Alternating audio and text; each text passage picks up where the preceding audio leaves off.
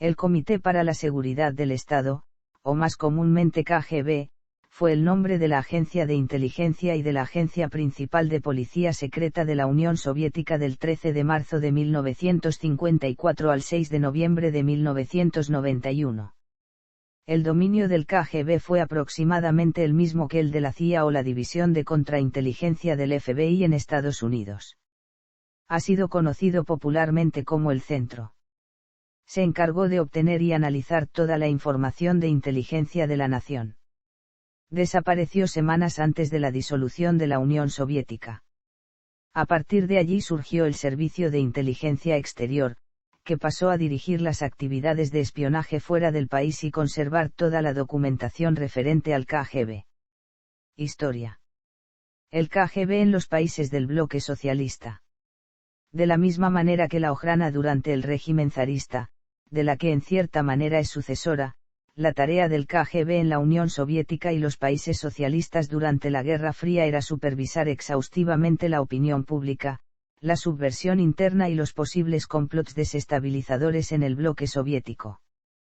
El KGB acudió en apoyo de los gobiernos comunistas e intervino en la Revolución Húngara de 1956 y en la invasión de Checoslovaquia por el Pacto de Varsovia en 1968 que acabó con llamada Primavera de Praga. Después de la revuelta húngara, el presidente del KGB Iván Serov supervisó personalmente la normalización del país tras la intervención soviética. En consecuencia, el KGB tenía seguimiento por satélite de las poblaciones del Estado para evitar que se produjeran actitudes nocivas y actos hostiles. Sofocar la Primavera de Praga, derrocando a un gobierno comunista con tendencias liberadoras, fue su mayor logro. La línea dura del KGB preparó a miembros del Partido Comunista de Checoslovaquia, como a Luis Indra y Beis Ibiak, para asumir el poder tras la invasión de Checoslovaquia por el Pacto de Varsovia. La invasión tuvo consecuencias para el KGB. El KGB, que actuaba respaldado por los servicios secretos afines, recibió en esta ocasión gran respaldo de la Stasi para controlar la situación posterior a la intervención. El KGB había pronosticado la inestabilidad política, como consecuencia de la ascensión al poder del Papa Juan Pablo II, primer obispo de Roma polaco, a causa de sus sermones independentistas y anticomunistas contra el gobierno del Partido Obrero Unificado Polaco. Sobre este tema se ha especulado que el KGB estuvo involucrado en el atentado sufrido por Juan Pablo II, hipótesis que exagentes del KGB como Mikhail Lyubimov han desmentido siempre, a pesar de que según algunas agencias existen supuestas pruebas. El Sluzhbavez-Piecenstua y el KGB infiltraron con éxito espías en el recién nacido Sindicato Solidaridad, y la Iglesia Católica y en la Operación X. En coordinación con el general Jaruzelski y el Partido Obrero Unificado Polaco, declararon la ley marcial en Polonia. Sin embargo, la maniobra resultó infructuosa dado el enfoque independentista y anticomunista de Solidaridad, hecho que debilitó fatalmente al gobierno comunista de Polonia en 1989. Supresión de la disidencia interna. Durante la Guerra Fría, el KGB trató activamente de combatir la subversión ideológica, ideas políticas y religiosas anticomunistas y los disidentes que las promovían, que generalmente se trataba como una cuestión de seguridad nacional para desalentar la influencia de potencias extranjeras hostiles. Tras denunciar el estalinismo en su discurso secreto sobre el culto a la personalidad y sus consecuencias en 1956, el jefe de Estado Nikita Khrushchev disminuyó la represión de la subversión ideológica. Como resultado, resurgió la literatura crítica, incluida la novela Un día en la vida de Iván Denisovich, de Alexander Solzhenitsyn, a quien el KGB dio el nombre en clave de Pauk. Después de la destitución de Khrushchev en 1964, Leonid Brezhnev volvió a poner al Estado y al KGB en una situación de represión activa y dura, los registros domiciliarios para incautar documentos y la vigilancia continua de los disidentes volvieron a ser rutinarios. Por ejemplo, en 1965, una operación de registro e incautación de este tipo dio como resultado los manuscritos de Solzhenitsyn de fabricaciones calumniosas, y el juicio por subversión de los novelistas Andrei Sinyavsky y Yuli Daniel, Sinyavsky, y Daniel, fueron capturados después de que un informante del mundo literario de Moscú dijera a la KGB cuándo encontrarlos en casa. En 1967, la campaña de esta supresión aumentó bajo el nuevo presidente del KGB Yuri Andropov. Después de reprimir la primavera de Praga, el presidente del KGB Andropov estableció la quinta dirección para vigilar la disensión y eliminar a los disidentes. Se preocupó especialmente por Alexander Solzhenitsyn y Andrei Sakharov, el enemigo público número 1. Andropov no consiguió expulsar a Solzhenitsyn antes de 1974, pero sí exilió internamente a Sakharov a Gorky en 1980. El KGB no logró impedir que Sájarov recogiera su Premio Nobel de la Paz en 1975, pero sí impidió que Yuri Arlov recogiera su Premio Nobel en 1978.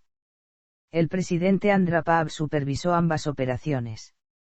La infiltración de grupos disidentes por parte del KGB incluía agentes provocadores que fingían simpatizar con la causa, campañas de desprestigio contra disidentes prominentes y juicios de exhibición. Una vez encarcelado, el disidente tenía que soportar a los interrogadores del KGB y a sus compañeros de celda simpatizantes. En este caso, las políticas de Mikhail Gorbachov disminuyeron la persecución de los disidentes, estaba llevando a cabo algunos de los cambios de política que habían exigido desde la década de 1970. Operaciones notables. Con la Operación Trust, la OGPU consiguió engañar a muchos dirigentes rusos de la derecha, contrarrevolucionarios y miembros del movimiento blanco para regresar a la URSS, donde serían juzgados. El NKVD se infiltró y destruyó grupos trotskistas en 1940, el español Ramón Mercader fue el agente encargado del asesinato de Trotsky en la Ciudad de México. Una de las medidas que utilizó el KGB fue la desinformación como manera de desacreditar a los enemigos de la URSS. En la década de 1960, gracias a la información de Anatoly Golitsyn, desertor del KGB, el director de contraespionaje de la CIA, James Jesus Angleton, creyó que el KGB tenía topos en dos lugares clave, el Departamento de Contraespionaje de la CIA y el Departamento de Contrainteligencia del FBI, a través de los que podrían conocer y controlar el contraespionaje terrorista de EU. Para proteger a los agentes del KGB infiltrados y dificultar la captura de comunistas. Por otra parte, la contrainteligencia del KGB investigó las fuentes de inteligencia extranjeras, de modo que los espías podrían aprobar oficialmente a un agente doble en la CIA como si fuera alguien de confianza. La CIA capturó a algunos de los presuntos topos, como Ulrich Ames y Robert Hansen. En ocasiones, el KGB eliminó a enemigos de la Unión Soviética, principalmente desertores del bloque soviético, ya fuese directamente o para ayudar a los servicios secretos de otros países comunistas. Uno de los casos en los que se cree que el KGB estuvo presuntamente implicado es el accidente aéreo en el que murió Dakan Maskhold en 1961. Un caso más célebre todavía en la historia del espionaje es el envenenamiento del disidente búlgaro Georgi Markov en 1978, a quien se inyectó una bolita de ricina pinchándole con la punta de un paraguas que se especula había sido diseñado por el KGB. Estructura. Dirección general. La dirección del KGB constaba de un presidente, 1 o 2 primeros vicepresidentes, y 4 a 6 vicepresidentes. La dirección colegiada, formada por el presidente, los vicepresidentes, los jefes de directorio y 1 o 2 dirigentes de las organizaciones del KGB en cada república, se reunía a la hora de tomar decisiones claves. Los directorios.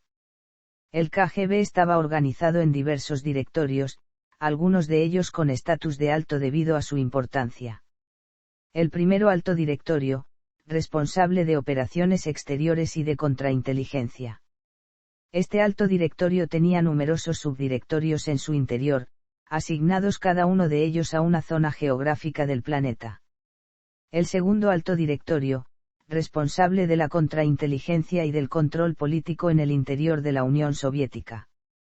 El tercero alto directorio, responsable de la contrainteligencia militar y del control político de las Fuerzas Armadas soviéticas. El cuarto directorio, seguridad en los transportes. El quinto alto directorio, también responsable de la seguridad interior, originalmente combatía la disidencia política, más tarde asumió tareas del segundo alto directorio, como el control de la disidencia religiosa, los intelectuales y la censura de los medios de comunicación. Fue renombrado Directorio Z en 1989. El sexto directorio, Contrainteligencia Económica y Seguridad Industrial. El séptimo directorio, responsable de la provisión de equipos y métodos de vigilancia, seguimiento y escuchas. El octavo alto directorio, responsable de comunicaciones, vigilancia de comunicaciones extranjeras, sistemas criptológicos usados por las divisiones del KGB, transmisiones a estaciones en el extranjero y desarrollo de tecnología de comunicación. El noveno directorio, fuerza de guardias compuesta de 40.000 hombres para servicios de escolta y seguridad de los dirigentes del PQS y las instalaciones más importantes del gobierno soviético. Operaban asimismo en la vigilancia del Metro 2 de Moscú y en el control del sistema telefónico entre el gobierno y el PQS. El 15º directorio, seguridad de instalaciones del gobierno. El 16º directorio, intercepción de comunicaciones.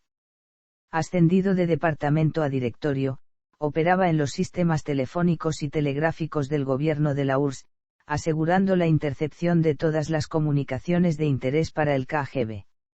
Directorio de Guardias Fronterizos, fuerza de seguridad fronteriza compuesta de 245.000 hombres desplegada a lo largo de las fronteras soviéticas en contingentes terrestres, navales y del aire.